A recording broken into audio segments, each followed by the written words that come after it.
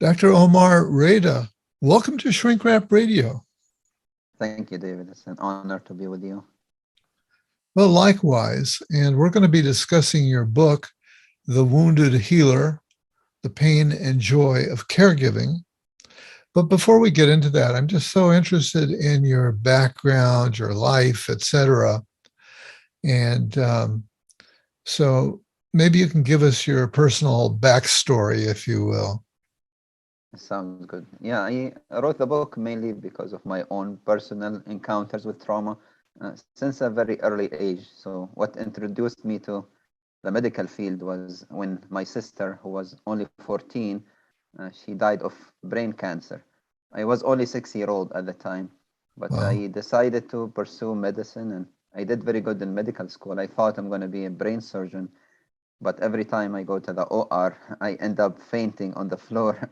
So after I fainted a number of times, they told me maybe I should look for another branch of medicine other than surgery. And I became an emergency room physician. And I really liked working in the ER, but I was very attracted to listening to people trauma stories. So not only their visible wounds, mainly the invisible wounds.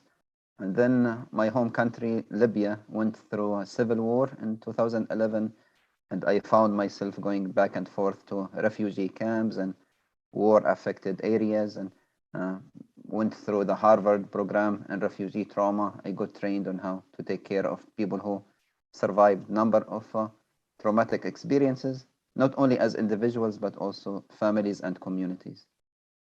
Yeah, that's great shorthand, a description of a very eventful life that you've had. And I'm trying to remember, were you in Libya as a small child? I've sort of forgotten some of the main ingredients when the bombing happened. And so your life kind of started out with trauma, if I recall correctly. Is that right? Is this 1986, the bombing? Yeah, during the time of President Reagan, and there was a conflict between him and Colonel Gaddafi, who was Yes. the man of Libya. And I was only 13-year-old at the time. I remember sleeping through the whole episode, but my mom was the only one awake, and she decided to keep the children asleep because she said if we die, there was no need to die in panic, and we're gonna all go to heaven. And so my mom has been my anchor. I lost my mom recently, like in 2016, but she is the reason why I do the humanitarian work that I do. And very recently, after the pandemic, I have noticed that trauma is not only something that happens to our clients, but our clients' stories can trigger our own trauma. So that's why I have seen many of my colleagues, doctors, nurses, social workers, and so on, they either leave the field or they start to self-medicate their trauma using substance, or some of them unfortunately die by suicide. That's what ignited my passion to write The Wounded Healer. Yeah. Well, speaking of that, I wondered if the current Ukraine war is a trigger has been a trigger for you. I would think that would revive your own experiences as a child. Yeah, I mean, I would say it's very unfortunate that we are witnessing this in the year 2022, and it's just very sad when humans don't stop the cycle of violence. And my previous book is called Untangled because I noticed many children and families and caregivers and even communities, they are tangled in the web of trauma. So in order to break the cycle, it has to stop at one of us. We need to make a deliberate decision to take care of our future generations. So yes, I mean, I have been very upset about the recent events. I think going through the Harvard program, refugee trauma, and learning some skills and tools, and also visiting refugee camps has been helpful in my own healing. Yes, yes. So, did you say you were 13 when the bombing happened? Yeah. Yeah, I'm of an age that I remember that period, and so did you come to this country originally as a refugee, or did your parents? How did you get over here? Yeah, I mean, I was working as an emergency room physician I did about 3 years of ER work. It was the year 1999. And then I came back home one day and I was surprised to find my father, who was standing in front of the door. He gave me some cash and he said, "You have to immediately leave the country," because I was involved in humanitarian activities, taking care of orphans and widows. And I was labeled as somebody who was not wanted by the Uh, government. yes. So I ended up boarding a boat and crossing the Mediterranean Sea, becoming an asylum seeker in the United Kingdom. But I came to the United States because my wife was a Libyan American. We met in Scotland. So Uh, I came as an immigrant here. okay. What a international life you have been leading. Um, you actually head up, with these wonderful credentials that you have, not only uh, coming out of trauma, of course, having experienced trauma is not wonderful, but at the same time, it provided you with an important experience that would guide the rest of your life. And, to work against this sort of thing and to create a humanitarian organization. Would it be right to call it a charity, or and tell us the name? I want to go into your current work a bit. Yeah, thank you. I think it's not in spite of the trauma, but because of the trauma, that I think people will gain growth and wisdom and resilience, and they Yes. discover, inner coping skills, and they become wounded healers. There's nothing wrong about being wounded. We continue to heal others despite our own wounds, but of course within boundaries, and we need to make sure that we take care of our own needs. So I created, a project called Untangled, and through a number of activities like education, training, supervision, consultation, building resources and clinical services, and so on, play and art therapy, safe spaces, has been extremely successful. We started the program in 2018, and I have replicated the model in the United States and many other countries. Very recently, of course, I am designing the Wounded Healer project, where I like to do the same healing work with my colleagues. Yeah, it's there's a documentary film about your work that I saw. Unfortunately, I didn't see it today or yesterday, so that's why my mind is it's not totally clear. But how can people find that? Is it short enough that you can say where they can find that film? Yeah, I mean, there are a number of activities and documentaries that were done, uh, have been, very happy to get exposure to different organizations and cooperation with number of resettlement agencies and so.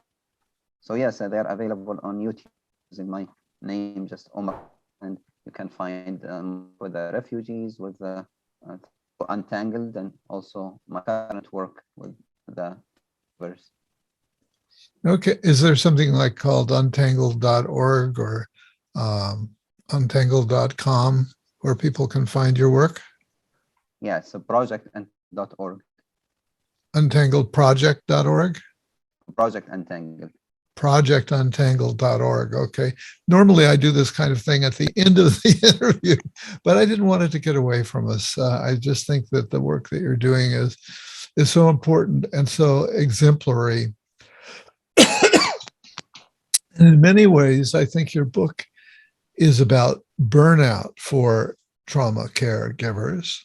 And so I wondered if you yourself experienced burnout at any point, or if you felt on the edge of burnout, and if that was part of the motivation for the book.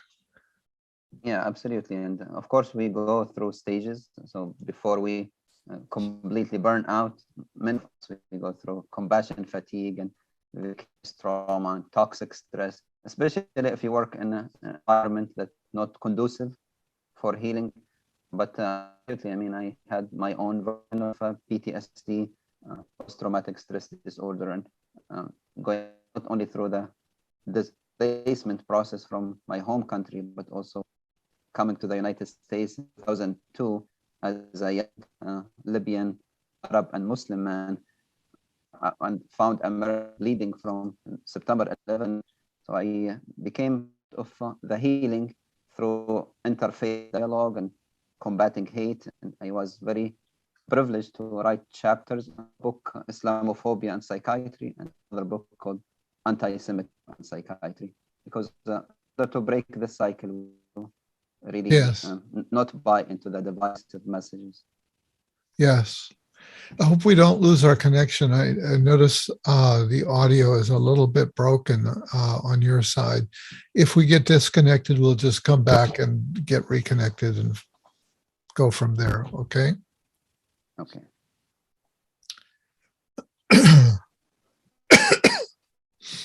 So I can see that your own history with trauma and with organizations and your own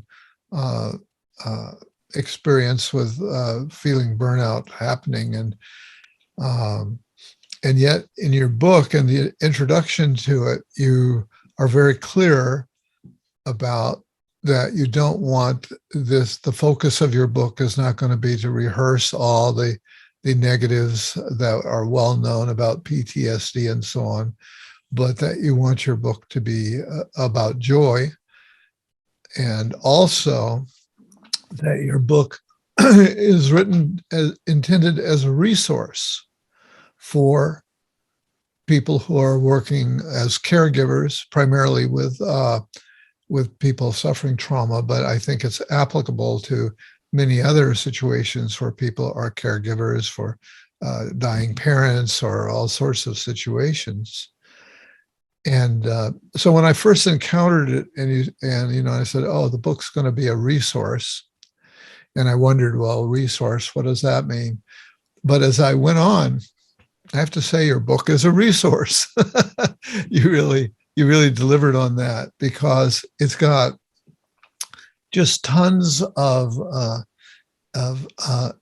concrete, specific advice for a wide range of situations, and for self-care, different kinds of self-care, self-healing scenarios, and lots of bullet lists. so that really are resources that if people are feeling like they're dealing with one thing or another, somewhere in there they're going to find a section, a bullet list, etc., that will help them through. And so that intention is really there throughout the book, and you really deliver on that. Thank you. So what are the challenges for caregivers, especially those working with trauma? Yeah, there are many. And I think the book, I try to write it with every single drop of my soul. So I put all of my love for this field. And to be a caregiver is not only the healthcare system. We are talking also about teachers and parents and first responders, community and faith leaders, and many others. So yes, I mean, working with people can be extremely traumatic, especially if the people are going through their own trauma. And we spend the day listening to very painful stories. That's why I like to focus not only on the details of the trauma, but also how did they survive, their coping, their resilience, what did they learn from the experience, and together, how are they coping in the here and now, and what are their hopes for the future. And that's why I think I intentionally divided the book into 4 chapters. We have pain and joy when we work with clients and their families, but also we can bring trauma to our own families. So it's very important not to forget our loved ones in the process. The 3rd chapter is about systems that we work within that can either crush our soul or revive them. And the final chapter, which can be the most difficult one, how to sit with our own wounds and nurse our own trauma and make sure that we take care of our needs. Yes, and all of those sections of the book are really important. And there's just so much wisdom in the book. I want to let people know that. So you've mentioned something about the challenges. On the other hand, what are the positive rewards of being a caregiver? Yeah, I mean, absolutely. I mean, I would have never been the man I am, either as a doctor, or as a father, or as a spouse, if I did not go through my own trauma, and also if I did not specialize in the field of psychiatry. That's why I always brag that psychiatry is the most beautiful field of medicine. Uh, I think because it's not only a science, it's also an art. And the art of dealing with other humans, even though can be very traumatic, even though humans can inflict pain and suffering on each other, but also humans are capable of lots of healing one another. So our wounds happen in a relational context. Our healing should also happen within a relationship. So yes, I mean, lots of growth and wisdom happened because of my own personal trauma, but also because of my professional background. yes, good to hear you putting in a positive word for psychiatry. Often it gets a bad bad rap, as I'm sure you know.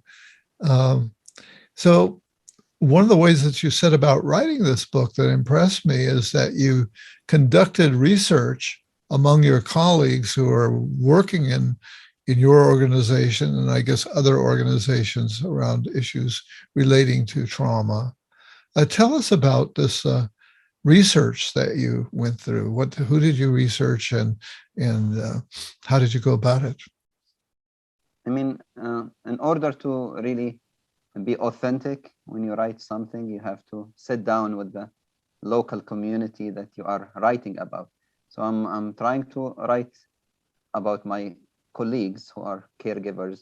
So I asked them one question really, which is, what do you want to see in a book that's written about you? Yeah. And I had very wonderful answers. One of the nurses, she said, I want people to know that we love and receive love differently. Sometimes I am incapable of loving my family, or I'm quite depleted, or I show my love in certain ways where I am, under pressure or completely burned out. So in order to understand the caregiver, and there are many, many angles on how to do that, but basically I asked them about the impact of caregiving on their body, their psyche, their mind, their heart, their soul, and on their relationship with their loved ones, but also uh, did like working with traumatized population activate their own trauma. That's why we mentioned a little bit childhood experiences that can be traumatic, that can be triggered when we listen to trauma of others. Yeah, I love the way that you went about that, and you got a lot of rich results. I think by asking those questions, which gave you probably helped to build those lists that are in the book. Absolutely. So much there, and you I think talked I was about. like Pardon, say that maybe again. maybe I was in a way a co-author. I wrote this book with many of my colleagues who volunteered their answers and opened their hearts and souls to give me the wisdom that they learned. So that's why I said I wrote this book with you, for you, and about you. Yeah, nice, nice. And you talk about the cost of not caring. Mhm. Yeah, I Well, mean, give us a few words about that. it is like quite complicated if you really do this as just a job. If you lose the soul of why we came to this beautiful field, then you basically will function as a robot or as a zombie, and you don't have much compassion for the people that you care for, and you might do that also around your loved ones who they grow up very quickly. Our children, they grow up quickly, and sometimes we focus on their materialistic needs and try to provide only money for them when we forget they have emotional needs too. That's what I call losing the American dream, chasing it. Our children need every aspect of us as their parents. So I worry that if we don't pay attention to really becoming deliberate and intentional in our care for our patients, but also outside our places of employment with our loved ones, our communities, our neighbors, humanity at large, then we might really do damage for one another and continue the cycle. Yeah. And you're a father, you're married, and you're a father, you're a family man. Uh, so you know something about that, about the challenges and the challenges of raising an American family in this time and place, and the emphasis on materialism and a lot of superficial stuff. Kids get bombarded with superficiality compared to the issues that you've chosen to deal with in your life. And you haven't turned your face away from the challenges that are confronting us. You're facing them straight on. How have you been able, since we're talking about your family, how have you been able to deal with that with your own kids? I mean, you cannot afford to turn away from your children.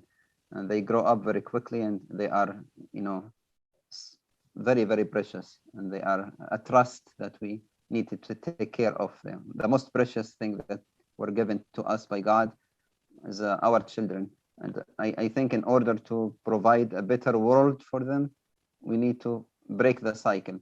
So I have 3 daughters, and part of providing safety for them is to tell them every day that this is a safe house. We have an open door policy, and becoming very intentional in how to keep an eye contact and close your cell phone and any social media when they come with questions or when they want to talk to you.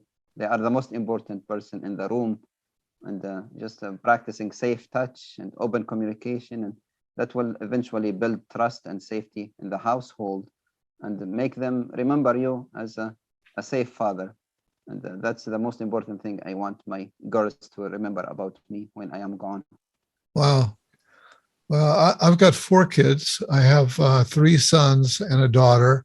They're all adults now, and I'm proud of them. They're all doing well and standing on their own feet, and 7 grandchildren. So I really resonate with what you're saying about the gifts that our children are, because I didn't always appreciate that fully as a young man, but as I've gotten to be more older and hopefully more mature, they really are precious to us. And so I totally resonate with what you're saying. And of course, you write about the necessity of self-care. And that's sort of throughout the book and many of the lists. And so say a bit about self-care and its importance. I mean, in a way, it seems obvious, but still, sometimes it needs to be said. Absolutely. I mean, I think the field most of the time focuses on our body needs, which are very important, our biological need, our physical needs. But remember, David, I mean, we are not only made up of a body, we also have a heart and soul and mind. So we need to be kind towards our body through, sleep hygiene and eating healthy and exercise, doing a breathing exercises and all of that. But also we need to really pay attention to our mind by not engaging in self-loathing language, by challenging negative thoughts, by entertaining, positive dialogue with ourselves. Taking care of our heart usually happens in a relational context. So making sure you have a psychosocial support network, people that care about you and you care about them. And I think the pandemic has shown that most of our healing will happen in a relational context. We need one another. We need to connect in order to heal. And also our soul, whatever high power you believe in, just attach yourself with a spirituality. And if you practice a religion or a faith, that's okay too. So taking care of all of our aspects, because sometimes we go on a vacation, we take time off, but we come back to work very depleted. That's, I believe, because we only focus on the body. We don't engage the mind or the heart or the soul. Mm-hmm. Mm-hmm. As someone who's came from a Muslim country, in your caregiving, you've had to deal with anger and resentment directed at you, even though you were there as a caregiver, and many of the people that you work with have to deal with that. How do you deal with that?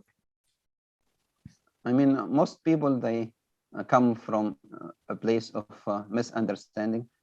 So hurt people. That's why I think healed people will heal people as well. That's why I focus on the healing. So whenever somebody faces me with the hostility, or they have a negative language to use against me or my wife or children because of the way we dress, or chose to practice our religion, I become curious rather than furious. So I try to understand where they're coming from. And most of the time, just there was a miscommunication. Once we find common ground, uh, most of this will go away. Yeah, clearly they don't know you when because I'm experiencing you right here and now, and uh, you come across as a warm and wonderful human being, and very valuable. I liked your powerful words when you talk about negative self-talk. People talk about negative self-talk, but you said negative self-loathing. It's really a powerful way to say it, but I think it's very accurate too. Mm-hmm. Loathing is not a word that we use a lot in our everyday American English, but it powerfully expresses the viciousness that we can bring to ourselves, coming from judgments that we have maybe got from our parents, or aspects of the culture, or our sense of failing and not living up to our full potential. Everybody deserves compassion, even if they hate your guts. Just people need second chances, or third chances, or 100 chances. And most of us, when we sit on the same table, we will understand that we have much in common than what divides us, Right. especially when the dialogue starts with the children playing together, or the women doing their activities. And that's why most of my successful projects, both in the United States and abroad, has been through building safe spaces and also engaging in play and art therapy for the community. Yes, that's brilliant. Brilliant. You also talk about bearing witness, and tell us about that. How does that come into play? I mean, I think it's not only a privilege, it's actually an honor to be a caregiver. When somebody opens their heart and tell their story, this is the right time for you also to not open only your ears, but also your eyes and your heart and your soul, and bear witness. I mean, I remember, if you remember, 2019, there was a shooting at a mosque in New Zealand. 51 Yes. people died that day during their Friday prayer. Immediately after that, a Jewish colleague who I never met before, he called me and he said, Omar, can we just meet for a cup of coffee? I want to talk to you.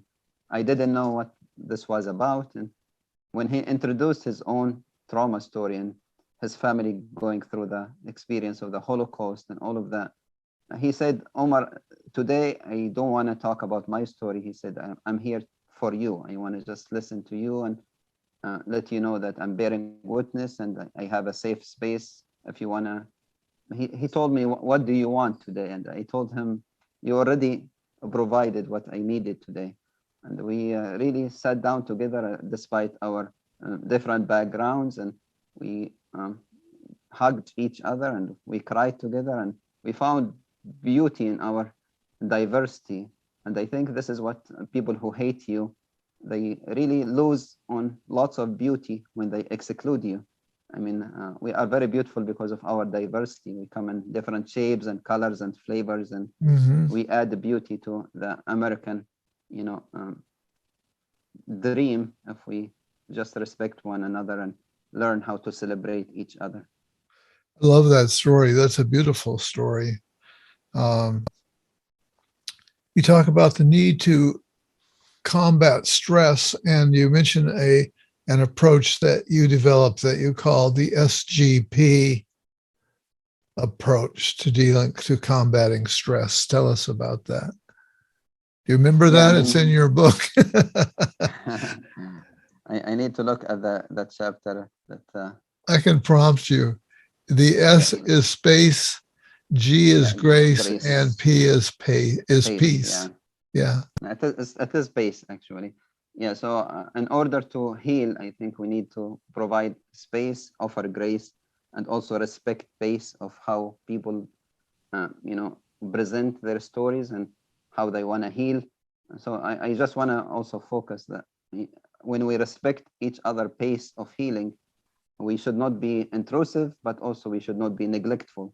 So if I am going through my own trauma and I decided to shut down, it is okay to respect my boundaries for a while, but if I continue to live in a cave and not come out of that cave, and I using lots of self-loathing language or behavior, it is the time to check on one another without being intrusive.